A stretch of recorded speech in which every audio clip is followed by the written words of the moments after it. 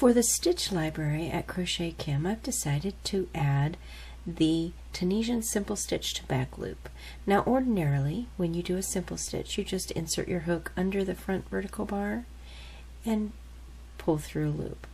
What you're going to do here, instead of doing that, is pull up the back vertical bar and then yarn over and pull through. Just pull up the back, yarn over and pull through. And just do that all the way across. Now ordinarily I don't do one stitch pattern for a project, I usually vary them. But this will give you an indication of what it looks like. It does have a really neat effect of interlocking circles, which I really did like. But there was a problem with the stitch causing there was a lot of curling for this stitch. So I would probably have to either use a very loose tension with a bigger hook, or just use it in a stitch pattern instead of an all-over repeat like this.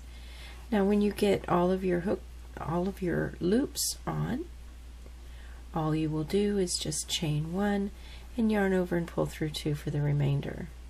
Just do that all the way across. But as you can see, this is very simple to do. You just pull that loop forward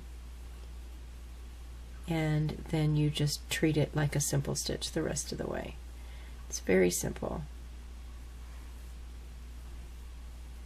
And this is the twisted simple stitch to back loop.